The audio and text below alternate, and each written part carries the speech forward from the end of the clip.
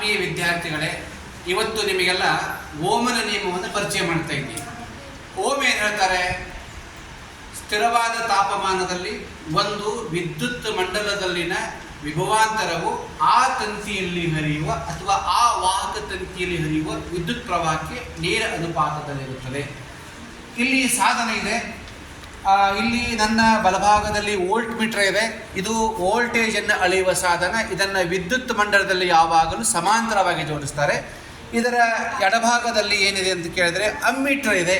Ammeter ಅಂತಂದರೆ ವಿದ್ಯುತ್ ಪ್ರವಾಹವನ್ನು ಅಳೆಯುವ ಸಾಧನ ಅಮ್ಮೀಟರ್. ಇದು ಯಾವಾಗಲೂ ಸರಣಿಯಲ್ಲಿ ಜೋಡಿಸ್ತಾರೆ.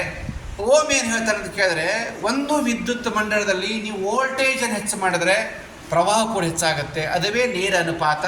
ತಾವೆಲ್ಲ ಗಮನಿಸ್ಬೋದು. ಈಗ ನಾನು ಏನು ಮಾಡ್ತಾ ಇದ್ದೀನಿ ಅಂದರೆ ವಿಭವಾಂತರ ಹೆಚ್ಚು ಮಾಡ್ತಾ ಇದ್ದೀನಿ. ನೋಡ್ಬೋದು, ವಿಭವಾಂತರ ಹೆಚ್ಚಿಸಿದಾಗ ಇಲ್ಲಿ ಪ್ರವಾಹ ಕೂಡ ಹೆಚ್ಚಾಗ್ತಾ ಇದೆ.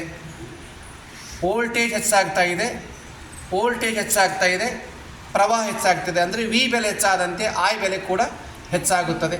ಇಲ್ಲಿ ವಿ ಇನ್ಕ್ರೀಸ್ ಆಗ್ತಾ ಇದೆ, ವಿಭವಾಂತರ ಹೆಚ್ಚಾಗ್ತಾ ಇದೆ, ಇಲ್ಲಿ ಪ್ರವಾಹ ಕೂಡ ಹೆಚ್ಚಾಗ್ತಾ ಇದೆ. ಇದು ಓಮನ ನಿಯಮವನ್ನು ಪ್ರತಿಪಾದಿಸ್ತಾ ಇದ್ದೇನೆ.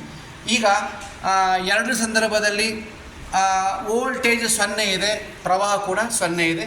ವೋಲ್ಟೇಜ್ ಹೆಚ್ಚಾದಾಗ ಪ್ರವಾಹ ಕೂಡ ಹೆಚ್ಚಾಗುತ್ತದೆ. ಇದು ಓಮನ ನಿಯಮ. ಧನ್ಯವಾದಗಳು.